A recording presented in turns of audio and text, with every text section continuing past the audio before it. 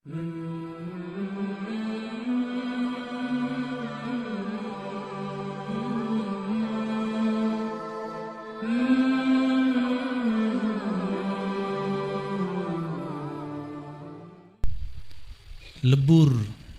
semuanya masuk dalam puji kepada baginda Rasul.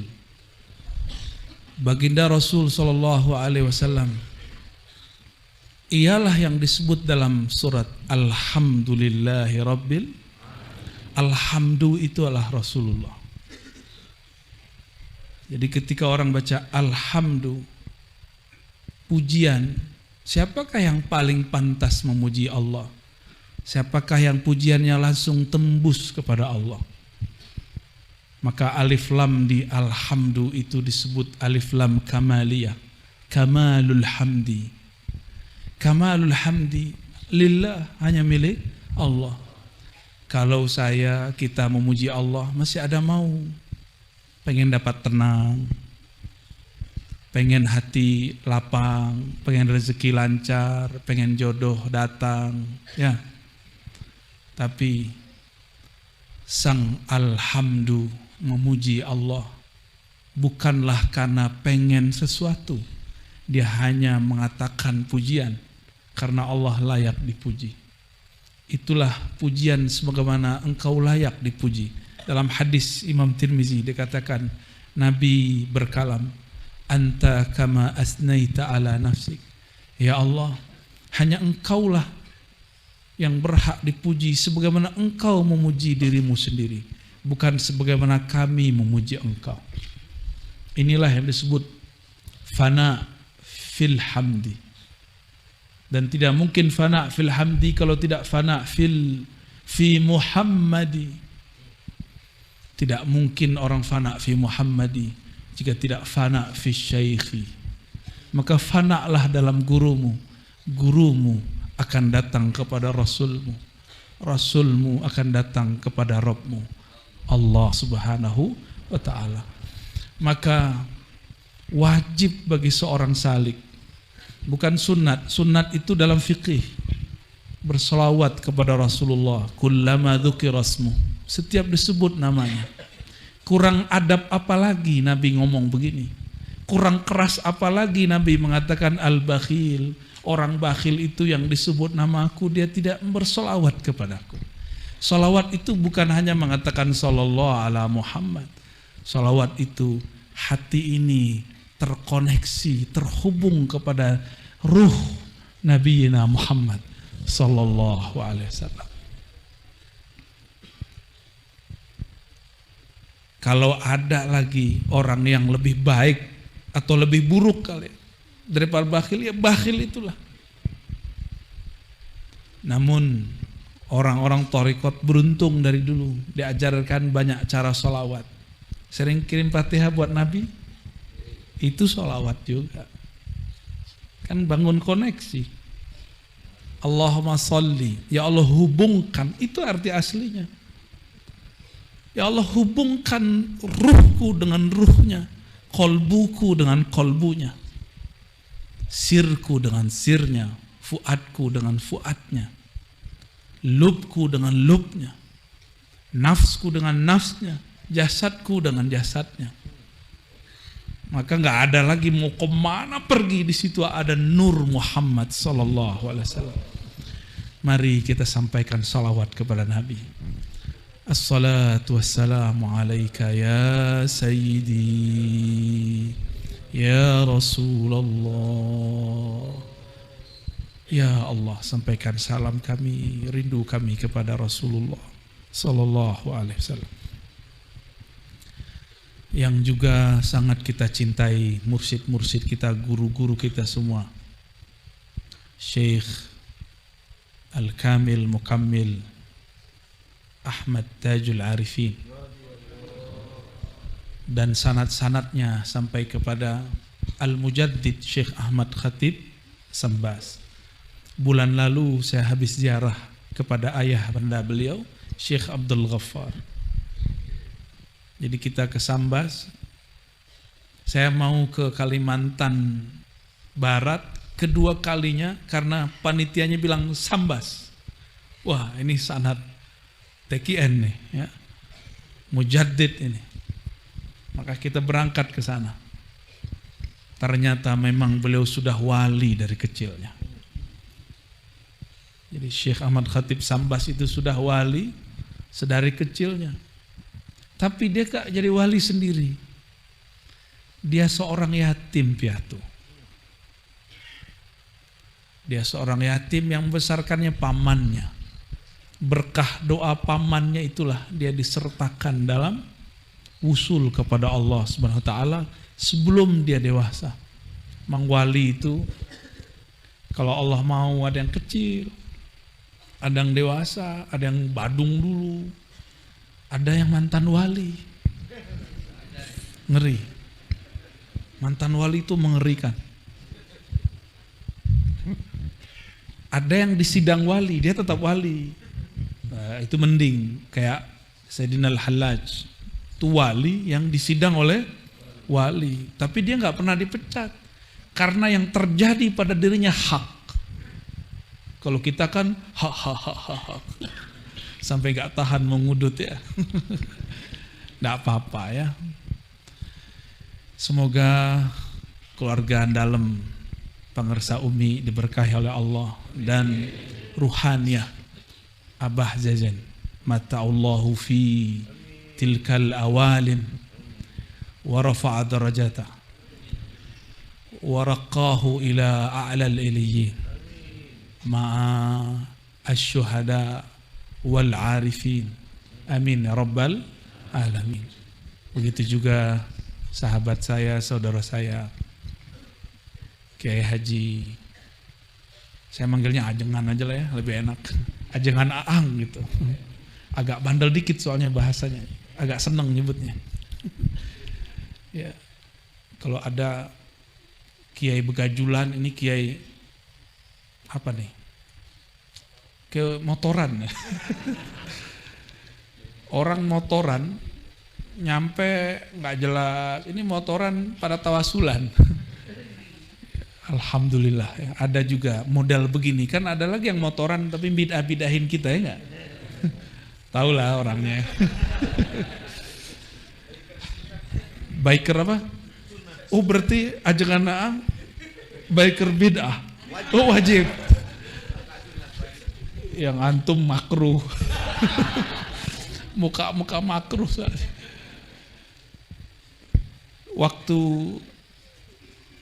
di Kalimantan Tengah, saya diizinkan Allah ziarah juga kepada orang-orang yang hidup, ada habaib. Ternyata habaibnya orang-orang Pulau Jawa ya, masih hidup. Ngasih hadiah kitab yang syekhnya sudah datang juga ke sini, Syekh Fadil, mentahqiq kitab Sayyidi Syekh Al-Qutub Rabbani, Syekh Abdul Qadir Jailani. Ini pesan dari Nabi Allah Khidir. Kalau nyebut nama Syekh Abdul Qadir, tambahkan Al-Qutub Ar-Rabbani. Kalau enggak yang datang bisa jadi korinnya, atau syaitannya, atau jin yang menyerupainya. Mending kayak ajengan Aang, kalau mimpi dites sama dia dalam mimpi. Serius. Oh ini baru Qadiriyah asli ini. Jadi orang kalau sudah bertorikoh, torikohnya para aulia, dalam mimpi pun dia sadar. Dalam mimpi pun dia bisa ngetes. Yang ngaku-ngaku. Ada ngaku mursyid sama dia. Iya. Boleh dites.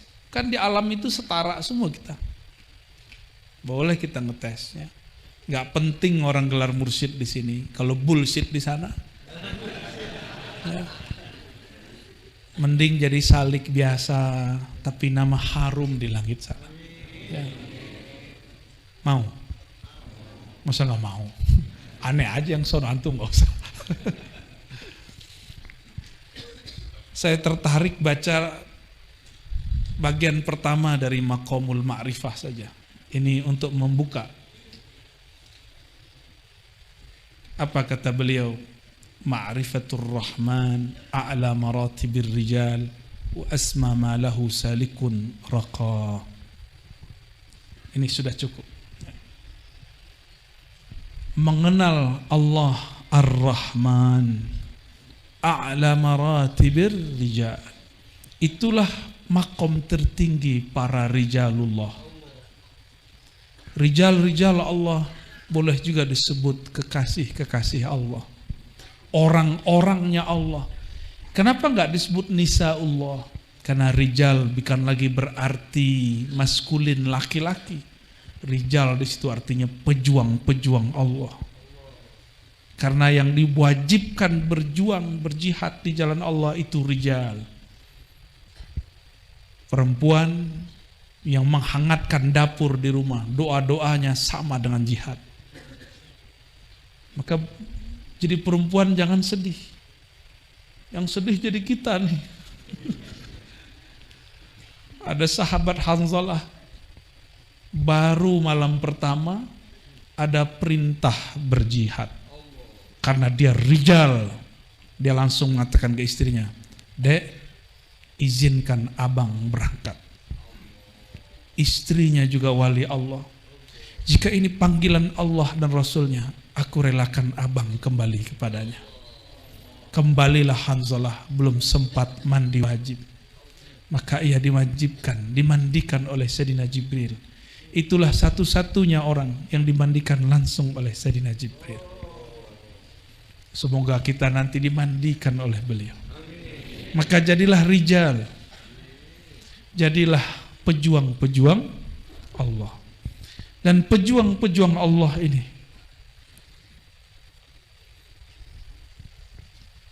di dalam dirinya hanya ada ma'rifatur Rahman. Jika dadanya dibelah, tidak ada kecuali nama Allah. Allah, Allah, gak ada lagi.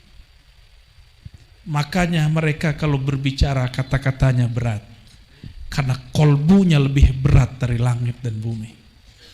Inilah kalam Sayyidina Musa yang tadinya hampir sempat meremehkan kalimat yang antum baca dari tadi pagi sore. La ilaha illallah. Masih ingat hadisnya yang sering dibaca oleh para ajengan kita. Nabi Musa mengatakan, "Ya Rabb, khususkan aku dengan satu wirid." Lalu Allah mengatakan, "Qul la ilaha illallah." Ya Rabb, khusani. Ini diketahui juga oleh orang awam, dijawab oleh orang khawas. Aku pengen yang khawasul khawas.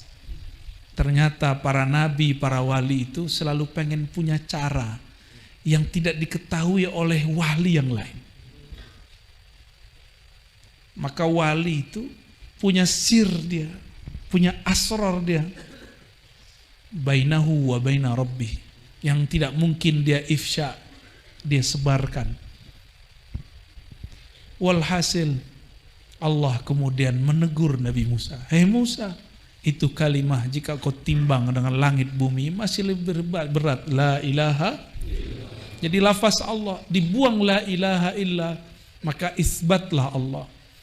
Itu sebabnya di akhirnya kita zikir khafi. Inilah yang diajarkan oleh Maulana Syekh Ahmad Khatib Sambas. Supaya kolbu itu berat, maka perhatikan mursyid-mursyid yang berzikir khafi, kalam-kalamnya berat. Namun ingat, jika kolbu belum dibersihkan dari penyakit-penyakitnya, jika di dalamnya ada penyakit kibir sombong, penyakit yang dulu pernah ada pada Thariqat Azaziliyah, masih ingat? Tahun lalu ya. Itu thariqat keren banget namanya. Ada di Mu'tabarah enggak tuh ajengan? Enggak ada katanya. Itu sanadnya bisa pendek, bisa panjang itu. Bisa buat sendiri. Thariqat Azaziliyah itu kullama zada dzikru zadal kibru. Itu gak ada di kitab manapun itu. Itu thariqat ma'rifat Azaziliyah. Antum boleh tulis itu. Ini perbedaan thariqat Al-Qadiriyah dengan Azaziliyah. Kullama zada dzikru Zada al-kibru. Kalamnya belum turun barusan ya. Habis tawasulan ke Nabi, tawajuh dikit ngelihat iblis. Ternyata ada kalimat ini di kolbunya. Setiap tambah zikir, tambah kiber. Sama-sama ro. Ro itu bahasa Arab. Itu ujungnya nar. Tapi az-zikr ujungnya nur. Kiber ujungnya nar. Bolak-balik di situ aja. Maka ciri-cirinya setiap kali tambah zikir, tambah merasa torikot saya paling tinggi. Mursyid saya paling kamil mukamil. Hati-hati. Yang lebih parah dianya. Di sini nggak ada yang kasyaf, saya doang. Ini terjadi. Kasyaf itu mainan. Kayak bocah-bocah main-main mobil-mobilan. Itu bukan mobil, baru mobilan. Ya nggak nyampe-nyampe kalau dipakai. Gimana caranya berangkat pakai mobil-mobilan? Ya. Tadi kami telat, ya. Udah macet ya. Alhamdulillah ada patwal. Saya nyeletuk. Kalau ke langit ada patwal, cepet juga kita naik ya. Paham maksudnya? Orang bersanad itu kayak punya patwal. Kalau antum bersanad, minggir semua tuh ya. Ini rombongannya Syekh Abdul Qadir datang. Buka jalan. Kalau masih salik, kalau masih murid, tetap dibuka. Cuma ada yang jumawa saat dipatwalin. Lihat kita, ada yang patwalin, yang lain gak ada. Ada juga begitu. Keren juga torikot kita ya. Gitu ngomongnya. Seperti orang yang bangga dia di patwal. Dia gak sadar saat dia di patwal ada orang yang harus minggir. Jika gak penting-penting amat jangan ambil. Ini terjadi banyak. Baru cuma di patwal udah merasa dirinya sesuatu. Jadi kita jalan tol pun ke langit belum selamat. Karena kebanyakan zikir-zikir kita semua baru pada taraf mukasyafah. Mukasyafah hanya tembus sampai ke kolbu. Itu pun kalau tinggi ya. Sampai ke kolbu udah hebat, rata-rata baru di nafsiyah. Maka latifah yang 7 itu belum tentu latifahnya kolbu. Siapa tahu itu kolbunya kolbu nafs, kolbunya jiwa. Siapa tahu itu ruhnya bukan ruhnya ruhnya yang ada dalam sir. Siapa tahu itu baru ruhnya nafs. Kalau nafs, masih ingat suluknya nafs? Jiwa itu selalu merasa jumawa. Nafs itu ada satu makna di dalamnya, ada nun. Nun itu ada alif yang disembunyikan, yaitu ana. Maka orang-orang yang nafsiyahnya belum dibersihkan sebelum zikrullah, bertambah zikir, bertambah girang dia dengan mainan-mainan nafsiyahnya. Di nafsiyah itu ada kaitan dengan tubuh yang disebut turabiyah. Ini tubuh kita kan turabiyah. Jisim ini namanya jisim turabiyah. Sedangkan jin disebut jisim nariyah. Malaikat punya jisim juga disebut jisim nuriyah. Yang paling sempurna dan lengkap itu jisim kita, jisim turabiyah. Karena turabiyah ini baru berbentuk seperti tubuh kita setelah dicampur-campur dari semua anasir. Jika dulu anasir disebutkan 4, apa aja 4 itu? Air, api, avatar. Bid'ah bener ente. Kita bukan torikot avatariah kita ya gak? Oh gitu, oh iya. Aneh pengen diajak terbang ah. Iya ya. Kok baru kepikiran kita? Beda ini aja, beda ukuran badan. Yang ono kurus, ya ini keres. Jadi anasirnya apa aja? Api, air, tanah, angin. Tapi ini semua baru jadi itu dengan lafaz kun. Kun ini ada dua. Kun kata ahli huruf kamaliyatun nur atau kamaliyatun nar. Maka mursyid terbagi dua. Ada mursyid yang membawa nur, ada mursyid yang membawa nar. Murid juga ada dua. Ada murid yang mau menerima nur, ada murid yang senangnya dikasih nar. Apa karakter nar? Nar, kalau dekat nar gimana? Panas. Nar itu turun atau naik ke atas dia. Pengen nonjol mulu, berarti antum zikirnya baru naria. Itulah sebabnya jika orang berzikir dengan thariqah yang benar, terbakar badannya, terasalah panas. Ini ngurusin nafsiyah namanya. Jangan takut, cukup diobati dengan sholawat kepada Rasulullah. Jadi kalau kita panas badan zikir, pegang dadanya, baca assalatu wassalamu alaika ya sayyidi ya aba ruhi, boleh begitu ya. Salam atas engkau wahai sayyidi, wahai ayahanda ruhku. Ada orang mau debat saya udah malas debat ya. Udah malas debat, itu masa lalu lah. Tahun lalu maksudnya. Tahun lalu masih debat sama bulan lalu. Makanya paling gak seneng kalau orang minta judul i'tiqad ahlus sunnah wal jamaah, sunnah bid'ah. Itu paling gak seneng. Tapi gimana lagi?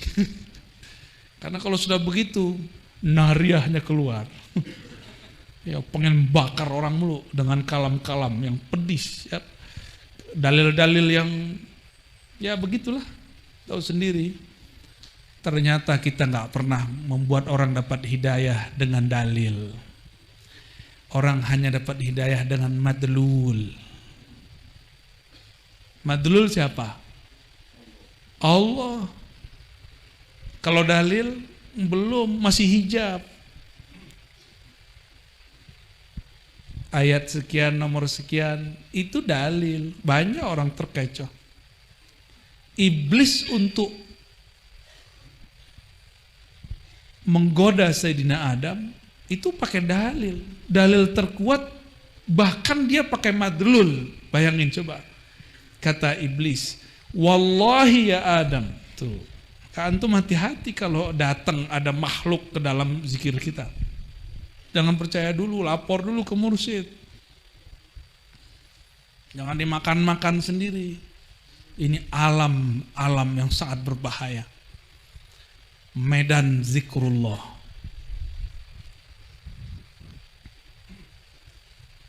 Kalau itu terjadi, di-keep, disimpan, gak usah diceritakan. Takut nanti jadi nariyah, suka pamer. Ya, di sini ada bab afatul auliya, afatul arifin. Gila sekali nih kitab ini. Kok dia tahu wali bisa dipecat ini dari kitab ini? Ya, kalau wali bisa dipecat, mursyid apalagi? Apalagi wakil talqin. Ya salam. Ya, maaf ya wakil talqin. Mengerikan ini alam. Ya. Orang jadi presiden bisa diturunkan. Demo semua orang turun. Soeharto turun. Yang demo cuma mahasiswa. Tapi yang main di belakangnya kan bukan mahasiswa. Itu kan walayatul dunia, kewalian dunia. Kalau walayatul akhirah sama. Bisa-bisa makhluk di langit itu demo. Ya Allah, ini orang gak pantas jadi wali engkau. Kenapa masih dijadiin wali? Dia tiap kali menyebut nama engkau zadal kibr, tambah sombong dia. Dia merasa dengan zikirmu dia sakti, padahal yang sakti hanya engkau. Betul-betul berat tantangan kita ke depan. Maka musuhnya torikot Robbani ini nanti juga orang torikot nur melawan torikot nar. Maka Nabi mengatakan di hadis Abu Daud, ya, sebaik-baik orang, ya, man qatalahum au qataluhu.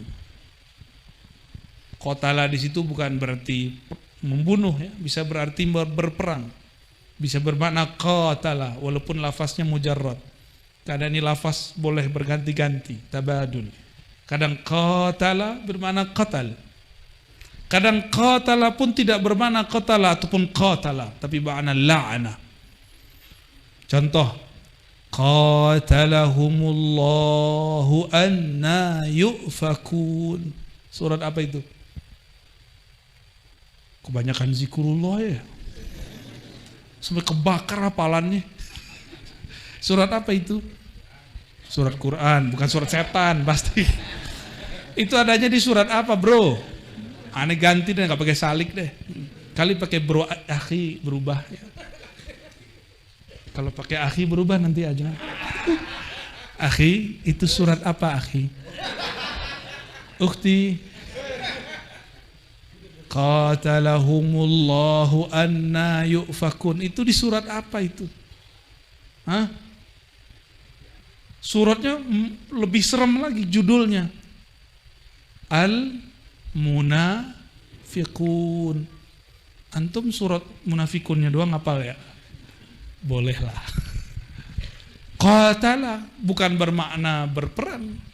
Allah enggak layak untuk disebutkan kata perang pada dirinya, karena dia maha kuasa, semua alam ini tunduk kepadanya. Maka qatala berarti la'ana, ya.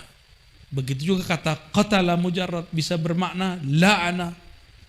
Sebaik-baik kaum yang qatalahum, yang menyerang mereka, yang melawan mereka, au qataluhu, atau diserang, dilaknat mereka. Ya. Udah disesatkan orang belum? Udah belum? Antum gak sah jadi wali kalau belum disesatkan orang. Minimal jadi salik dulu lah ya. Udah disebut gila belum? Belum. Disebutnya apa? Kok kamu teriak-teriak gitu aja ya? Apa tuh? Tuhanmu tuli, begituin ya? Kalau ada orang nanya begitu jawabnya gimana? Yang tuli bukan Allah, yang tuli hati saya. Kita merendah saja depan dia. Gak usah emosi, itu ujian kiber. Jadi ujian ini bukan ketika zikir terus rasa sombong datang, enggak. Allah kirim orang untuk ngetes. Di kolbumu ada kiber atau di kolbumu ada Allah Al-Kabir. Ada orang nanya, kok Allah kan maha mendengar, maha melihat, maha dekat, ngapain kamu zikir keras-keras? Emang gak bisa zikir diam-diam aja gitu? Ya, pengennya begitu kan? Jangan-jangan nih ada yang mantan nih yang ngomong tanya begitu nih. Ada beberapa wajah sih ya, kita lihat. Ya jidatnya berbicara begitu soalnya. Kebaca deh gitu ya. Jawabannya gimana? Itu tes emosi. Kita nih kunnya nar atau kunnya nur. Jika ada orang yang lagi gelap hatinya, kita terangi atau kita bakar. Kan dia lagi gelap itu hatinya. Gelap itu bisa lihat sesuatu enggak? Maka tidak bisa melihat sesuatu, kita sebut jahilun. Orang yang jahil tidak tahu jalan. Buta dia jalannya. Kalau begini, kita bimbing dia. Membimbing orang enggak mesti dengan mengajarinya, tapi bisa dengan merendahkan diri kita. Bisa dengan melembutkan hati kita. Cukup katakan, wahai Tuan, wahai saudaraku, Kalau orang-orang di sinetron lama itu kemana? Kisana. Sana. Wahai Tuhan, yang tuli itu bukan Robku, bukan Robmu. Yang tuli itu aku. Ntar kan dia mikir-mikir. Orang pakai kopiahan, pegang tasbih masih bilang dirinya tuli.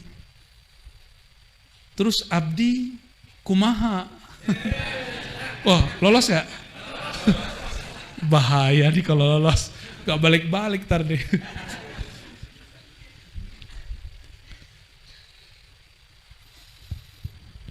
Maka hadirin para salikin, salikat. Kita ini dalam kitab Al-Ghunyah disebut murid.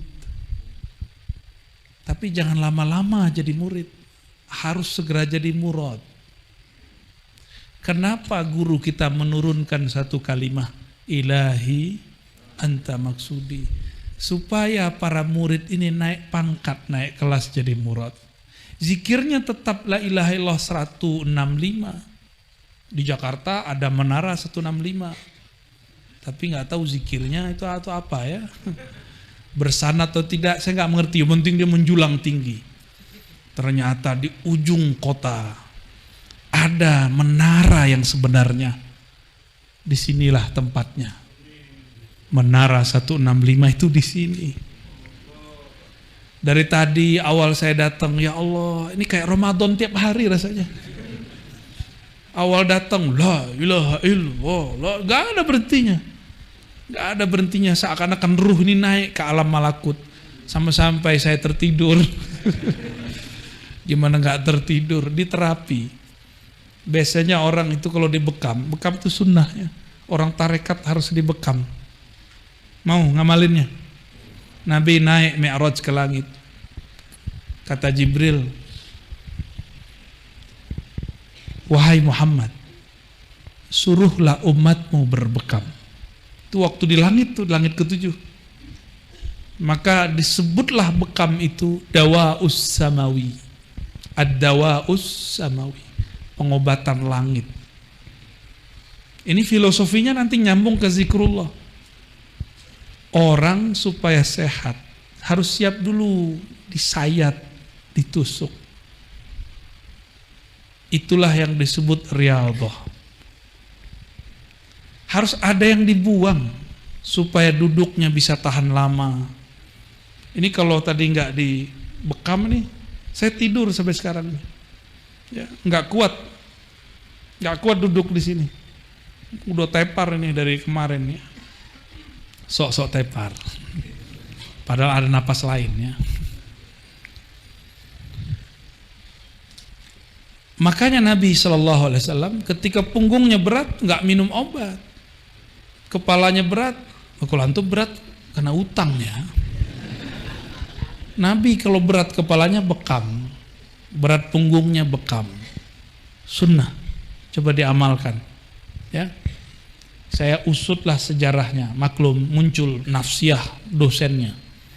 Wah, orang kampus. Masa ini dari langit? Bukannya ini dari Cina? Kita cek sejarahnya. Ternyata bekam itu bukan dari Cina, tapi dari India. Yang dari Cina itu yang pakai kop tuh, plok.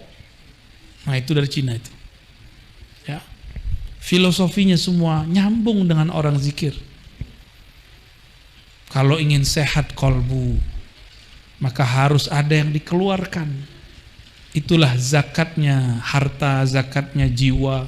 Yang baru diajarkan kepada kita selama ini, zakat harta, zakat jiwa. Benar? Zakat kolbu belum diajarin kan? Belum.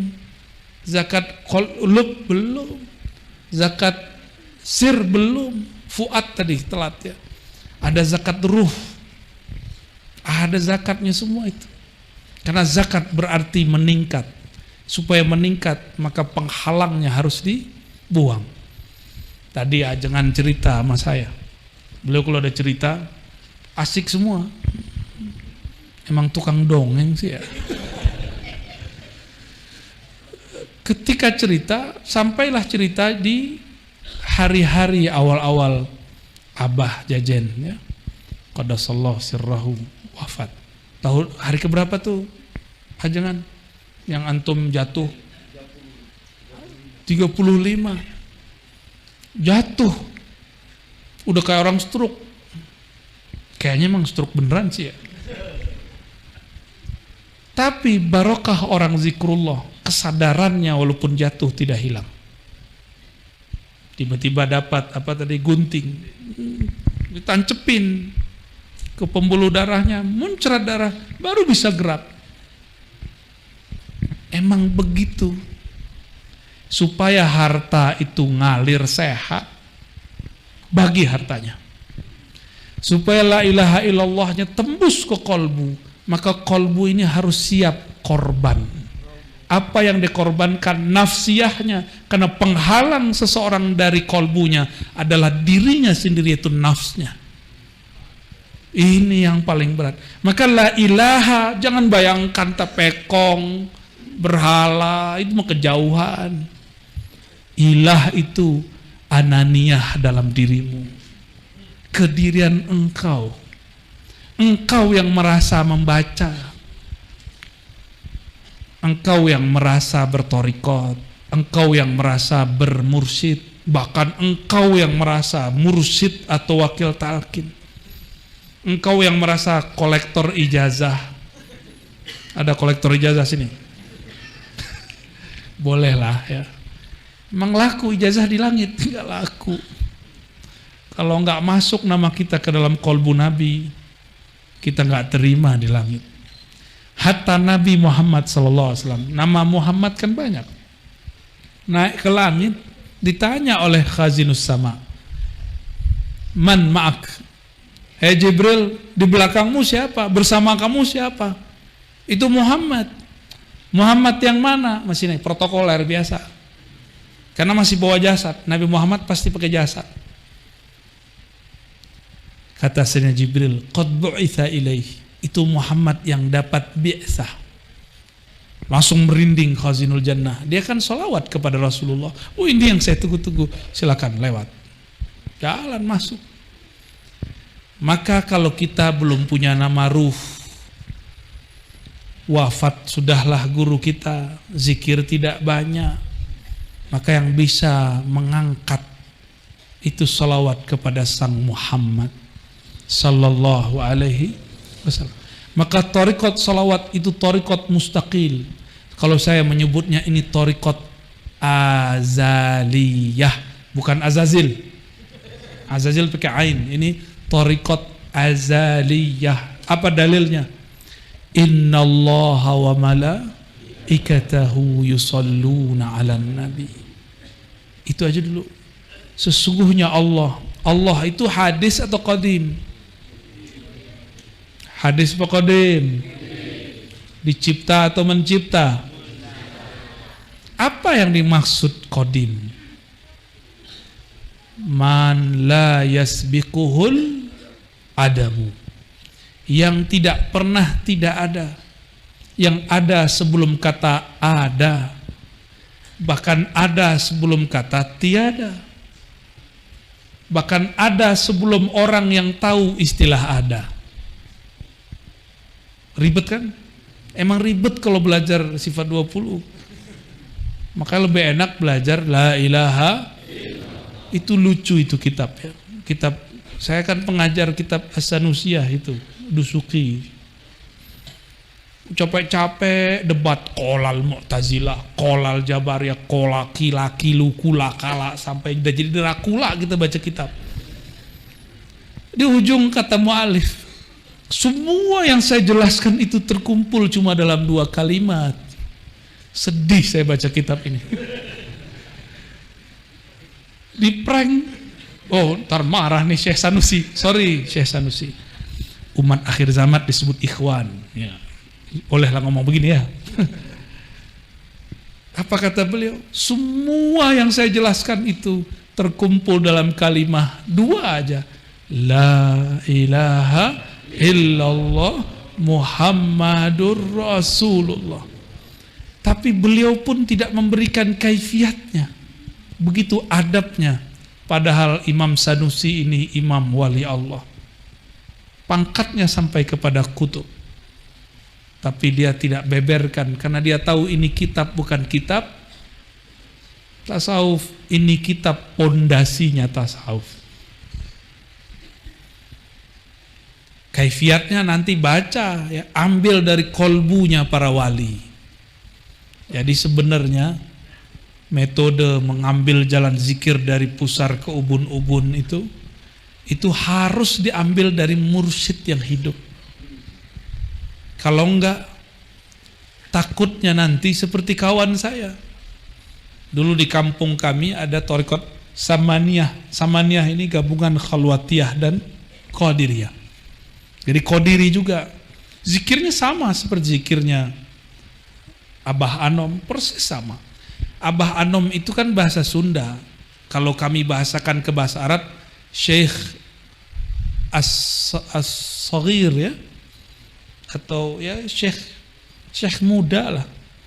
Di kampung saya juga ada seorang syekh yang umurnya hampir sama, bahkan ada yang lebih tua, namanya Syekh Muda Abdul Qadim. Ada Syekh Muda Abdul Malik anaknya.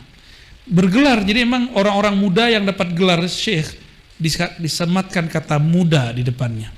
Syekh muda. Dan mursyid kita itu kebanyakan jadi mursyid emang lagi muda. Saya punya guru dapat ijazah kemursidan, ada yang umur 20 tahun. Sekarang umurnya 70 tahun lebih. Berarti sudah berapa tahun dia jadi mursyid? 50. Tapi kata dia, waktu saya ketemu marah-marah dia sama saya. Saya disidang langsung. Ar-Razi, kenapa Abu ya? Gara-gara ente nih. Ada apa Abu ya? Kalau salah adab tolong ditegur. Gara-gara ente aneh belum tidur setengah bulan. Loh maksudnya apa? Gara-gara ente ngaji di alam YouTubiyah tentang keharusan, kepentingnya talqin zikir. Orang tiap malam minta talqin zikir sama beliau. Nggak tidur-tidur 15 hari. Jadi beliau walaupun dia jadi mursyid lebih dari 50 tahun, nggak pernah serepot itu. Beliau marah tapi sayang sama saya ya. Seneng, antara seneng sama apa tuh? Nafsiyahnya bilang gua capek, tapi ruhnya girangnya bukan main. Inilah yang dia tunggu-tunggu dari zaman ke zaman, ketika orang-orang memburu talqin. Tapi di Sukabumi orangnya suka langit. Mereka cari talqin tanpa perlu mendengarkan YouTube saya. Di sini dulu dari mana-mana orang sudah datang untuk bertalqin. Bener nggak? Tanpa perlu ada itu kan wali YouTube. Yang penting kan wali kutub. Kutu kupret.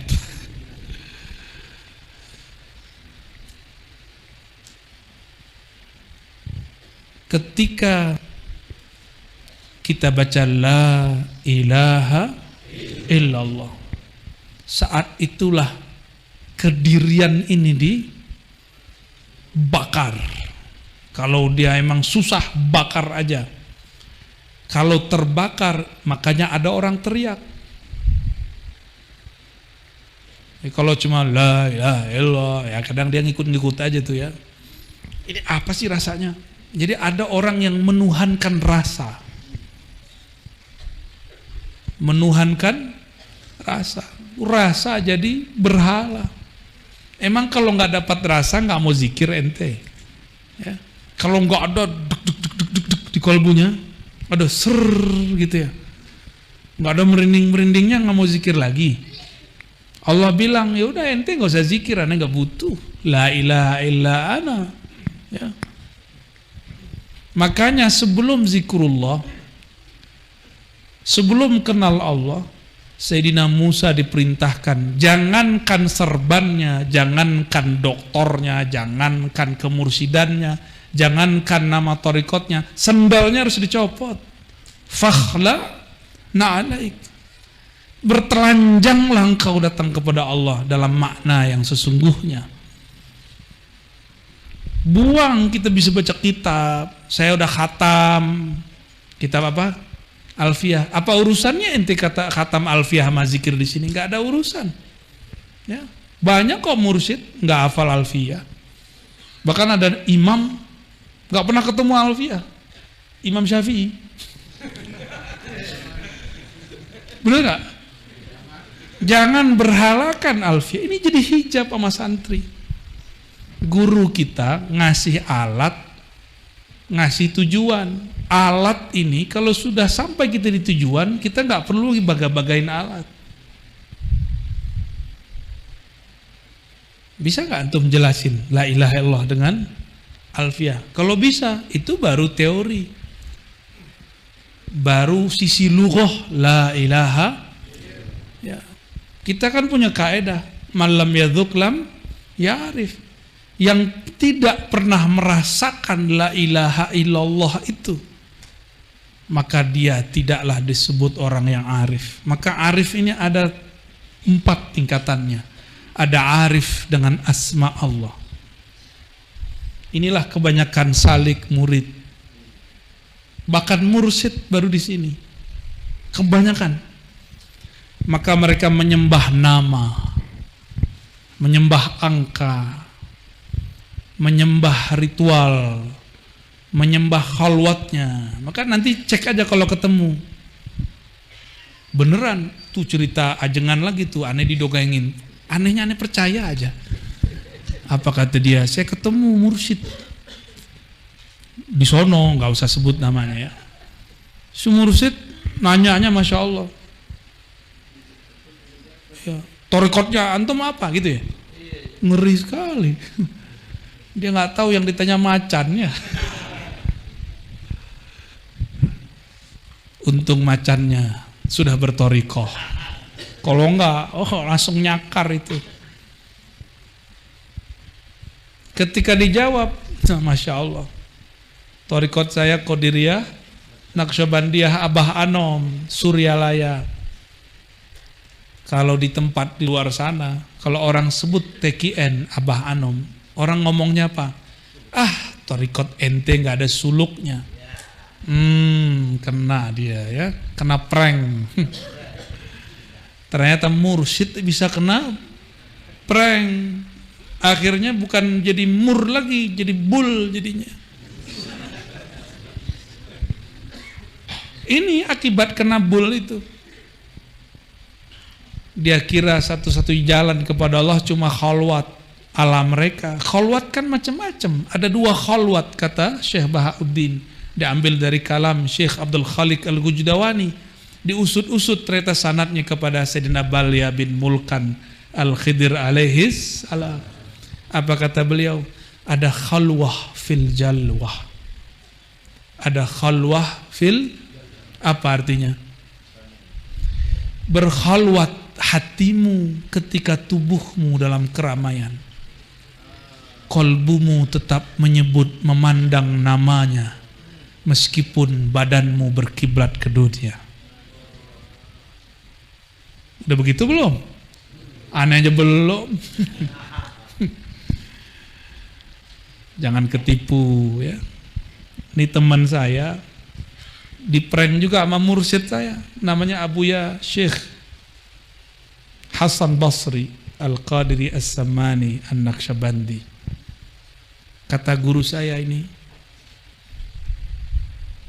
aku ini tidak punya keramat, aku ini ahli kitab, gak punya keramat. Nafsku masih nafs amarah, belum mutmainnah, gak pantas jadi mursyid, gak kasyaf. Itu yang datang rame hari Selasa, malam Rabu. Saya waktu itu umur 13 tahun, 14 tahun. Selasa depan benar, sepi, yang datang cuma Ar-Razi dan Abuhu. Yang lain kita tunggu sampai jam 11, gak ada yang datang. Sepi itu zawiyah, sepi itu surau. Kenapa? Murid-murid ternyata menyembah keramat, mencari karomah. Ketika gurunya mengatakan saya bukan orang karomah, ada murid cari kasyaf gurunya, kebaca semua di hati gurunya. Saya tidak ahli kasyaf. Beliau ngomong aku. Kalau Ar-Razi, kalau Abah Zezen, Abah Anom, Abuya Hasan Basri, itu tidak kasyaf. Tapi dikasyafkan oleh siapa? Allah. Enggak ada kita punya kasyaf. Maka kalau ada mursyid mengatakan saya sohibul kasyaf, itu kasyful izar. Itu baru sohib. Tahu izar nggak ente? Mancung mah santri. Mana nih yang nggak santri nih? Karena kita nih mantan pemabuk nih ya. Mabuk sama Allah. Ya. Izar artinya apa? Sarung. Nanti pakai celana sih bid'ah. Ya. Kalau kasyful izar mah kita tiap hari ya. Bener kita nih ashabul mukasyafat.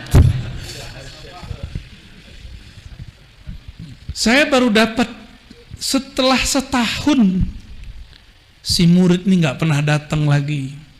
Wafatlah seorang mursyid kami, memang banyak kasyafnya. Tersebar kasyafnya sampai ke penjuru negeri.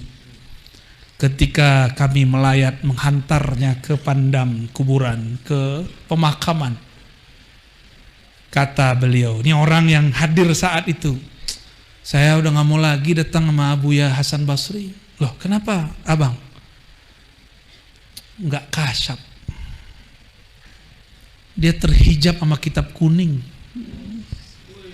Ya salah. Mursyid dinilai oleh murid. Kira-kira gimana tuh? Tinggian murid ya? Hati-hati ente ya. Ngomong wakil talqinnya ono lebih tinggi dari yang ini. Ente aja jadi wakil talqinnya. Ya. Mursyid yang ono lebih tinggi dari mursyid yang ini. Berarti kita minimal setara sama dia. Ya. Emang udah setara belum? Ini beberapa kan ada yang ngomong begitu. Kan ada laporan ya. Laporannya lewat malaikat ya. Malaikatnya bukan raqib atid, ada malaikat yang lain, gak boleh disebut namanya ya. Ada murid ngomong begitu, kalau zikir di Sukabumi enak, kalau di Sukaono gak enak. Ngapain? Bumi ini subur. Kata Sayyidina Khalil Ibrahim, wahai Muhammad, surga itu subur tanahnya, tapi belum ada tumbuhannya. Maka tumbuhkanlah dengan subhanallah, alhamdulillah, la ilaha illallah, Allahu akbar. Kenapa di Sukabumi? Kampung apa nih namanya? Ajengan Nagrok. Kayak nama alam mana gitu ya. Kampung Nagrok. Ini kalau pakai bahasa Arab An-Nakronggi gitu ya. Tenggelam. Gorkun.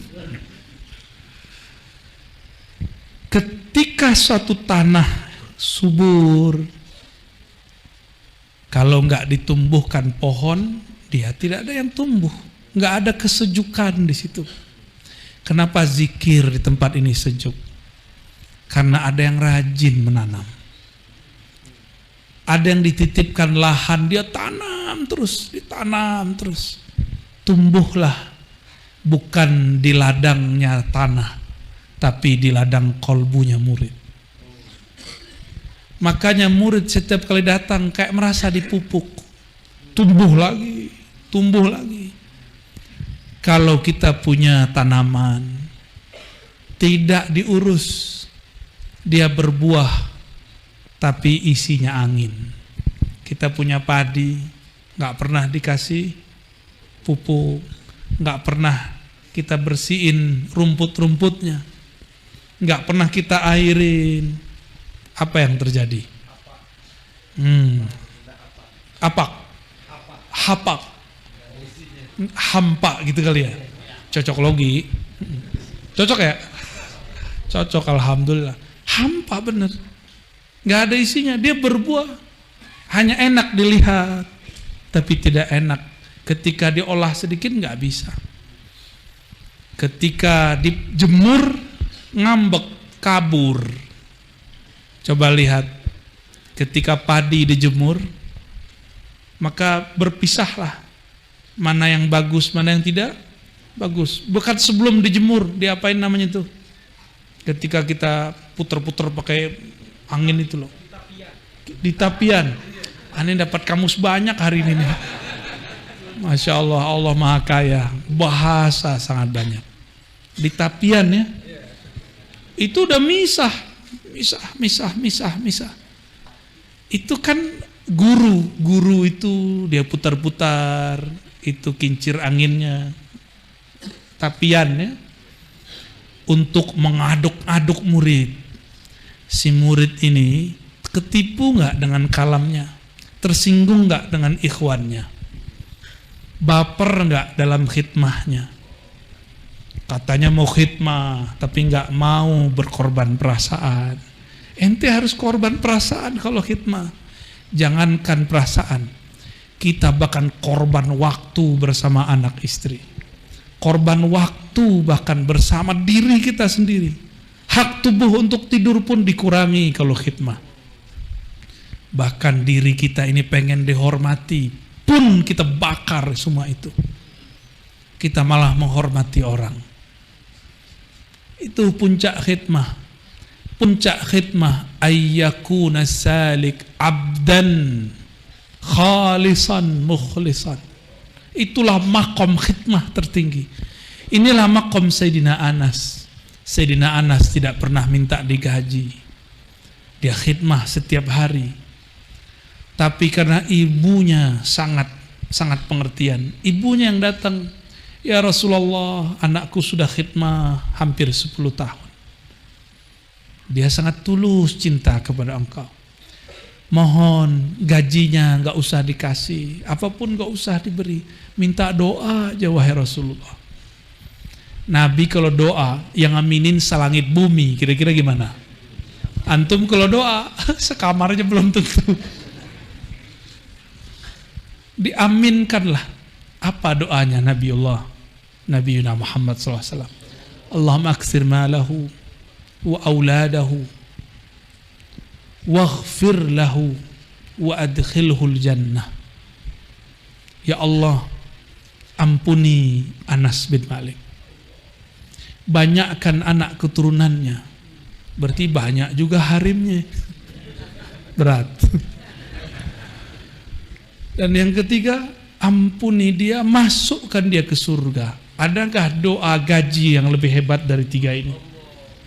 Dijamin doa di dunia, dijamin dicintai oleh lawan jenisnya dan banyak anak-anaknya, dijamin masuk surga. Ada gaji lebih tinggi dari itu? Maka semua orang khidmah akan berada di belakang barisan Sayyidina Anas, Sayyidul Khadimin, Sayyidul Khuddam, Sayyidnya para pelayan Rasulullah. Kita ini niat kita begini cuma melayani Rasulullah SAW. Kita melayani orang semuanya karena melayani Rasulullah SAW. Gak ada lebih. Kita berharap doa itu juga mengalir pada kita semua. Maka jika ingin hidup berkah dunia akhirat, berkah bukan banyak fulus, bukan. Berkah ketika sang pemberi berkah memandang kepada kita. Sekali Allah memandang engkau, dia selama-lamanya memandangmu.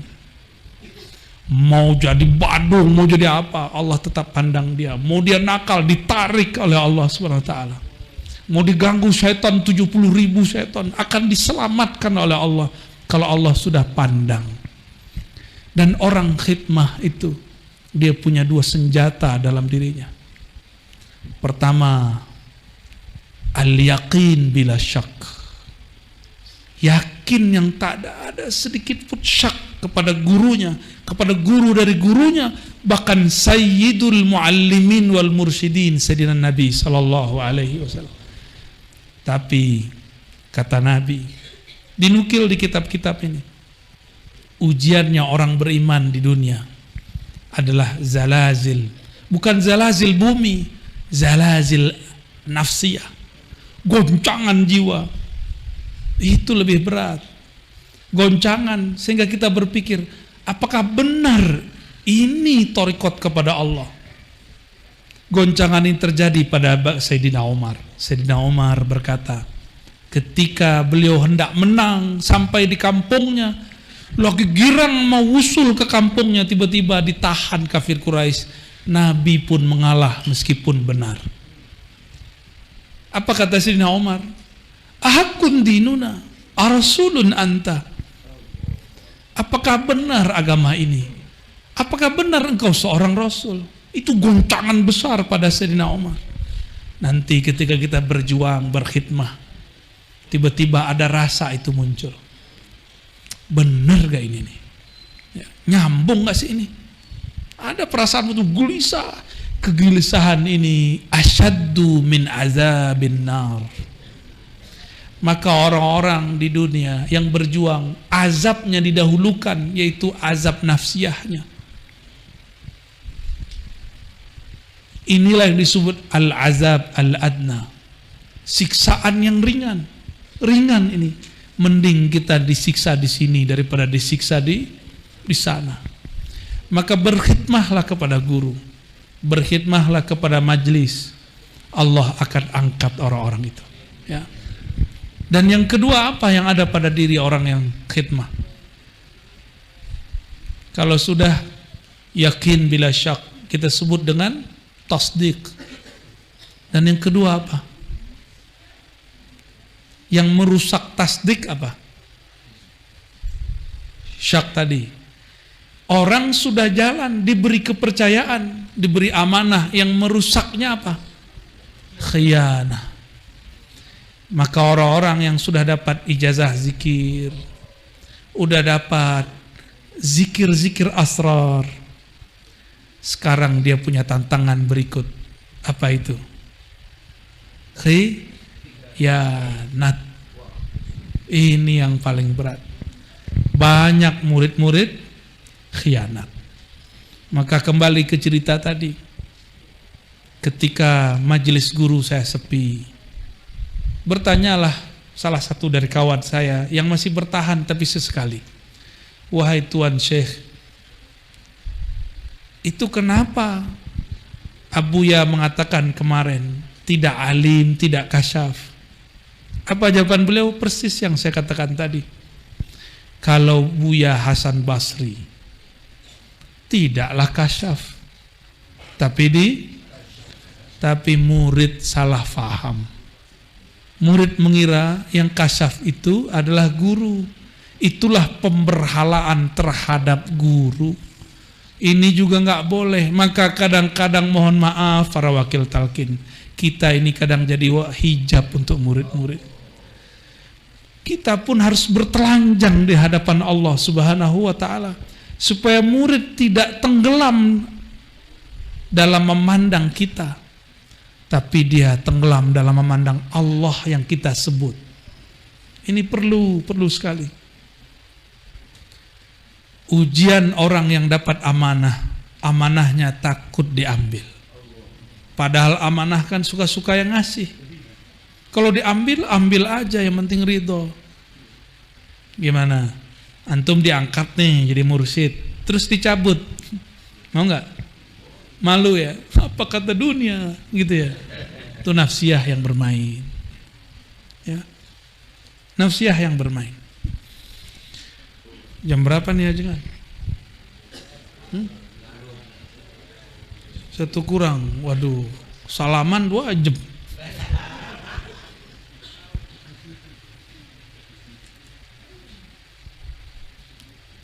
Ada satu yang bakal kita hidupkan nanti. Selain kajian-kajian ma'rifatullah, sanad-sanad khirqah, sanad talqin, sanad khirqah. Semoga nanti ada waktu kalau saya datang, kita berikan sanad khirqah. Ya. Khirqah itu antum sedia sendiri, bawa-bawa kain sendiri ya. Ntar kita ambil, kita pasangkan. Tabarruk dengan para masyaikh yang bersambung sanadnya kepada Nabi Muhammad SAW. Dipakaikan. Makanya para mursyid itu dulu ada yang pakai tutup ya kepala. Itu disebut khirqah. Ya. Ini karena dipakai aja. Kalau nggak bisa dipakai di kepala. Udah ada yang pakai serban, ada yang pakai kopiah, lalu ditutup lagi di atasnya. Seperti Mbah Yai Asrori, ya. Abah Lutfi pakai ya? Pakai ya. Dulu ada Abah Ahmad Sukanta, pakai juga di Banten. Itu pakai sanad. Jadi kita ini pakai begini ada sanadnya. Ya, pakaian badan ini bersanad. Tongkat aja bersanad. Apalagi zikir bersanad, ya. Namun itu simbol supaya dapat berkah. Inti dari semua itu ada di ilmu ma'rifat. Dan ilmu ma'rifat itu sudah diturunkan di kitab-kitab Sidi Syekh Abdul Qadir Al-Jilani, ya. Itulah kitab Sirrul Asrar, ya.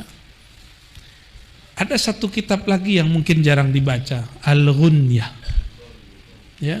Al-Ghunyah itu kitab menyempurnakan Ihya Ulumuddin.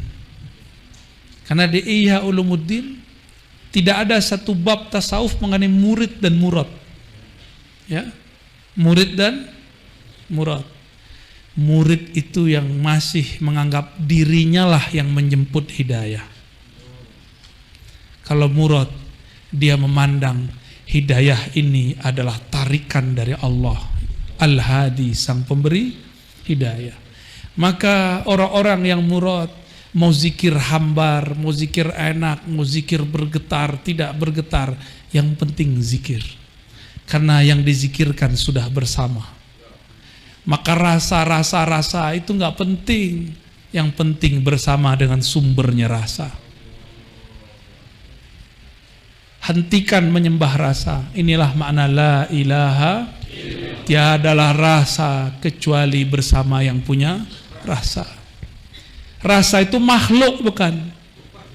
Allah Khalik. Maka jangan cari rasa. Ilahi anta maksudi, ya Allah. Bukan rasa yang aku cari, bukan merinding-merinding yang aku dapatkan, meskipun itu satu kecanduan. Yang aku minta cuma Engkau sang pencipta rasa. Kalau udah aman pencipta rasa, kita bisa request rasa. Serius, merinding-merinding, panas-panas, sejuk-sejuk, melayang-melayang, kan kekasih Allah. Kalau belum kekasih nggak bisa request. Ya, udah jadi kekasih belum? Belum, makanya masih pusing mikirin pulus. Ya, Taiba abdud dinar, pasti pusing capek orang yang menyembah dinar dirham. Apalagi zikir 165 70 ribu supaya hutangnya terbayar. Tuh Tuhan ente utang namanya. Ya, coba luruskan. Biar dari murid menjadi murad. Jadi tujuan kita bukan mau jadi mursyid, tapi menjadi murad. Itulah yang habis rasanya dalam sumber rasa. Habis semua yang dia tuju, kecuali hanya Allah yang al-maksud, yang berhak dituju. Allah ini pecemburu gak? Ibu-ibu cemburu gak, Bu? Hampir mirip.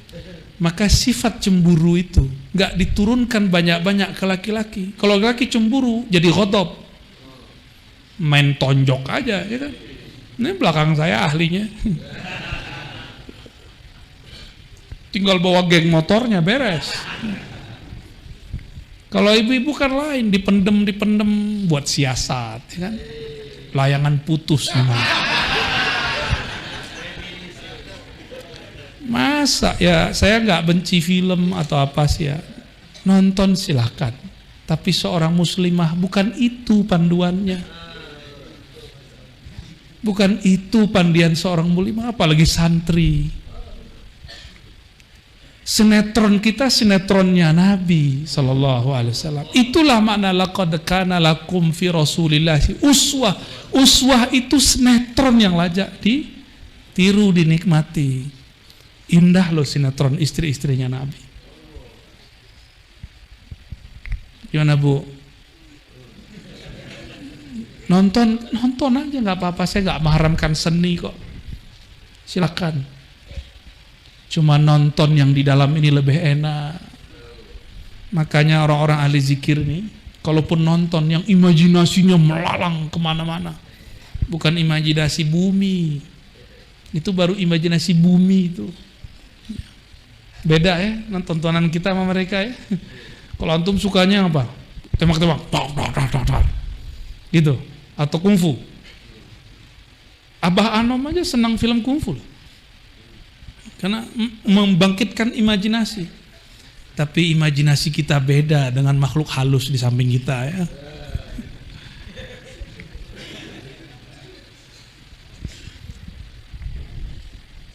La ilaha illallah.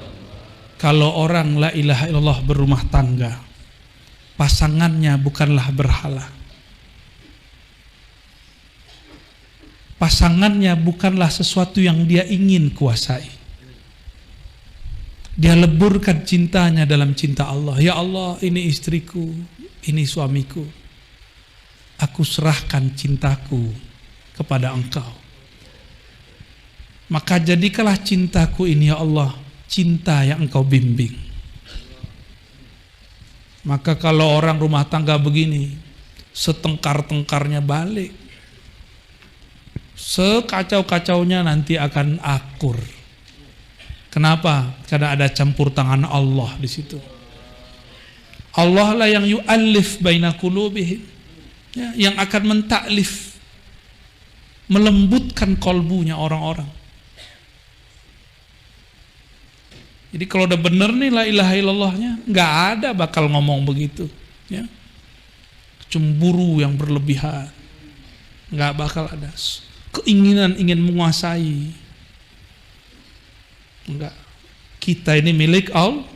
Sama laki-laki. Ini kan lucu. Nabi Ibrahim, Nabi Muhammad, budak jadi istri.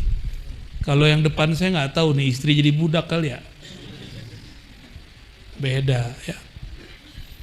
Maka ikhwan fillah, semua ikhwan, para salikin, salikat, muridin, muridat, benarkan la ilaha illallah, habiskan ananiah kita, habiskan cemburu, cinta, rasa, bahkan habiskan gelar, habiskan pintar, habiskan kitab dalam kalimat la ilaha, habis semuanya illallah, barulah berdiri kalimatullah di dalam diri, barulah benar izzah itu milik Allah, milik Allah. Inilah yang disebut uzkurullah, ingatlah Allah, la'allakum tuflihun, semoga kalian beruntung. Orang-orang inilah yang beruntung jika Allah sudah bertahta dalam jiwa. Allah sudah menatap nama, oh ada namaku dalam dirinya. Allah tidak tega kalau kolbu ini tersusahkan sedikit oleh harta.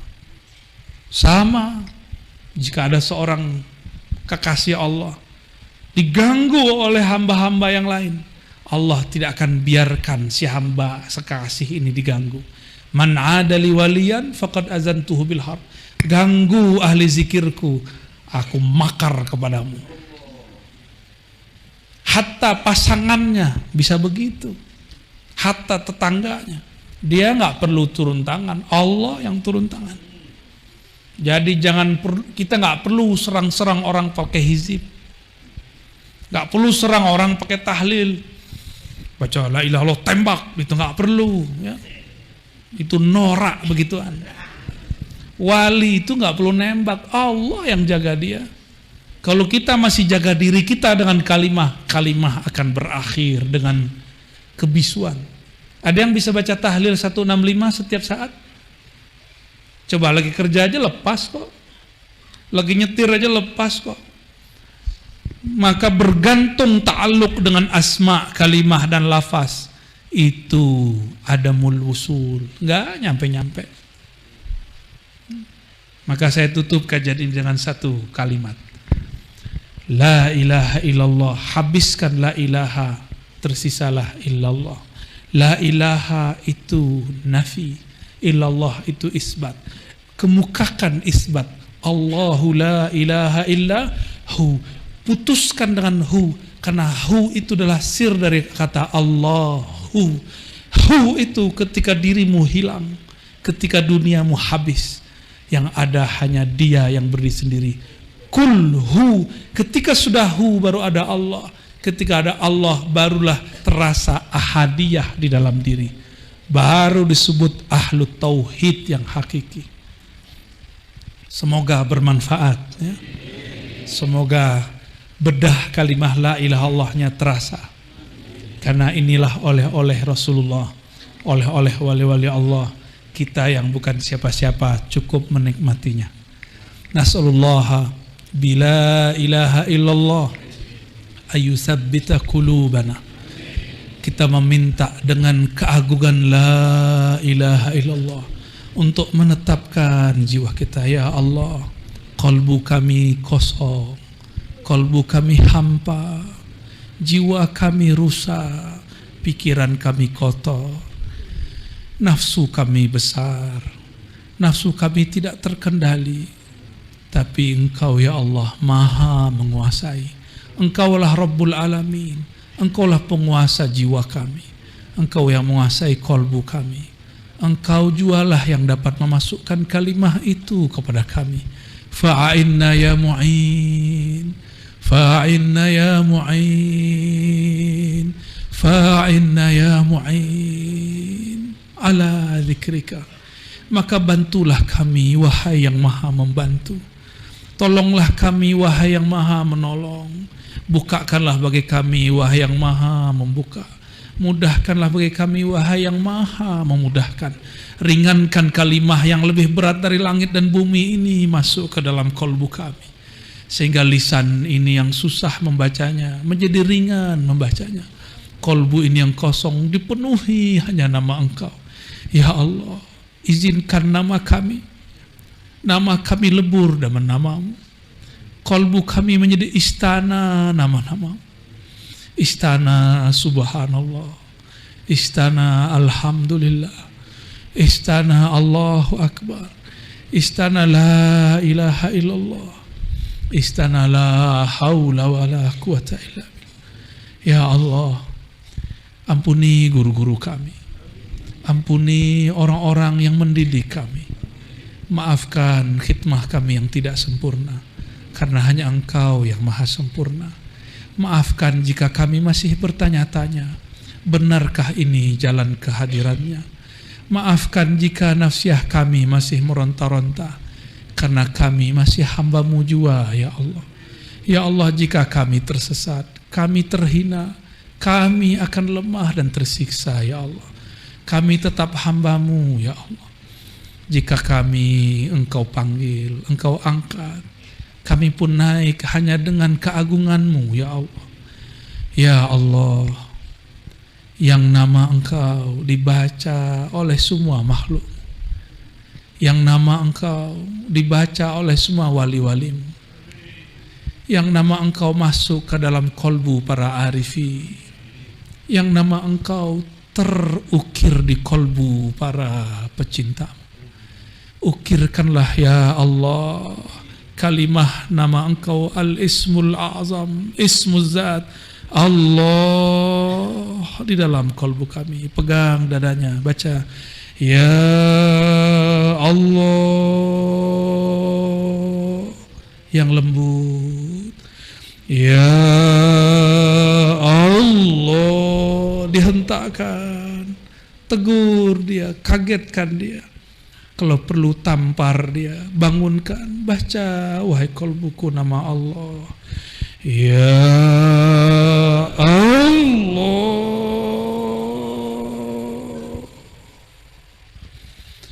Ahad Ahmad Muhammad Al-Mahdi. Al-Fatihah. A'udzubillah.